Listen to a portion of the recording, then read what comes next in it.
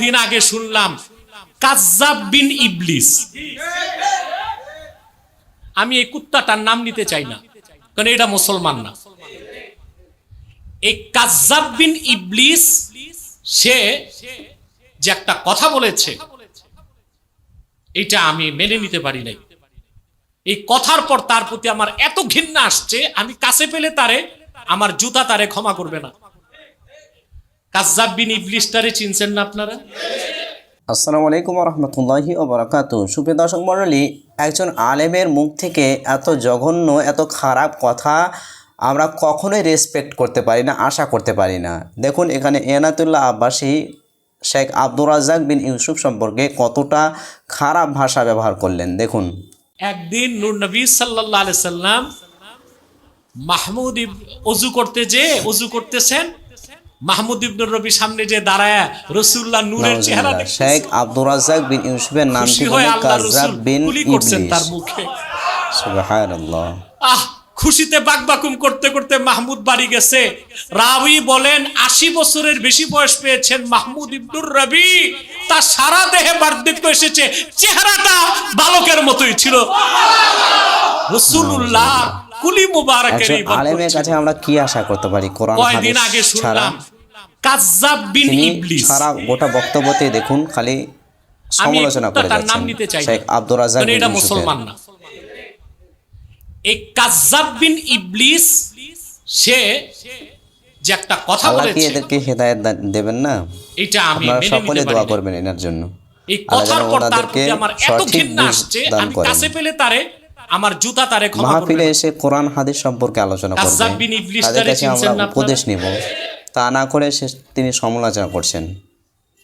নাউজুবিল্লাহ। পরে আমি আমার গবেষণা পরিষদে আমার ছাত্রদেরকে বলেছি, এই কাজ্জাব বিন ইবলিসের জবাবটা তোমরা দাও। তারা জবাব দিয়েছে। ওই জবাব খণ্ডনের ক্ষমতা কি ভাষাটাই না ব্যবহার করলেন দেখুন। তাদের সব এই যে শায়েখ আছে যত, হেমার ইবনে হেমার, ফারাস ইবনে ফারাস, কেরদা ইবনে কেরদা, এই সব মিলেও মতামত কমেন্ট সেকশনে জানিয়ে দেবেন। পারবে না, আল্লাহর কসম পারবে না। তো সে যে কথাটা বলেছে এটা আমি বলতে পারবো না। এদের সামনে যারা বসে আছে তাদেরকে আমি কি তাদের কাছ থেকে আমরা বলি যে আমাদের মুখ থেকে তারা কি গন্ধ আসতেছে, এই প্রতিবাদ করতে পারে না? কেউ আমাদেরকে বলল যে মেসওয়াক করে, কোরআন হাদিস ছাড়া অন্য কোনো কথা বলছে, কারো গীবত করছে। নাউজুবিল্লাহ, মাআযাল্লাহ। এটা বলার মতো আর পাশে যিনি আছেন দেখেন না কিভাবে হাসছেন। এজন্য আমি বলছি সে কাজ্জাব বিন ইবলিস, কাজ্জাব বিন ইবলিস। আমরা সকলেই এনার জন্য দোয়া করি, সাল্লাল্লাহু আলাইহি ওয়াসাল্লাম যে আল্লাহ ওনাকে হেদায়েত দান করেন। হাদিসে অসংখ্য হাদিস আছে, আল্লাহ রাসূল যখন হেঁটে যেতেন তো কিছুক্ষণ পর সাহাবায়ে কেরাম ওই পথ দিয়ে গেলে তারা বুঝতেন রাসূলুল্লাহ গিয়েছেন, মুআত্তার মিসকের খুশবু ছড়াইতে থাকতো। আনাস বিন মালিক বলেন একদিন রাসূলুল্লাহ সাল্লাল্লাহু আলাইহি ওয়াসাল্লাম আমাদের বাড়িতে আসলেন, দাওয়াত দিছি, রান্না বান্না দেরি, আল্লাহ রাসূল আরাম করতেছেন, দেখি রাসূলুল্লাহর কপাল থেকে ঘাম ঝরতেছে।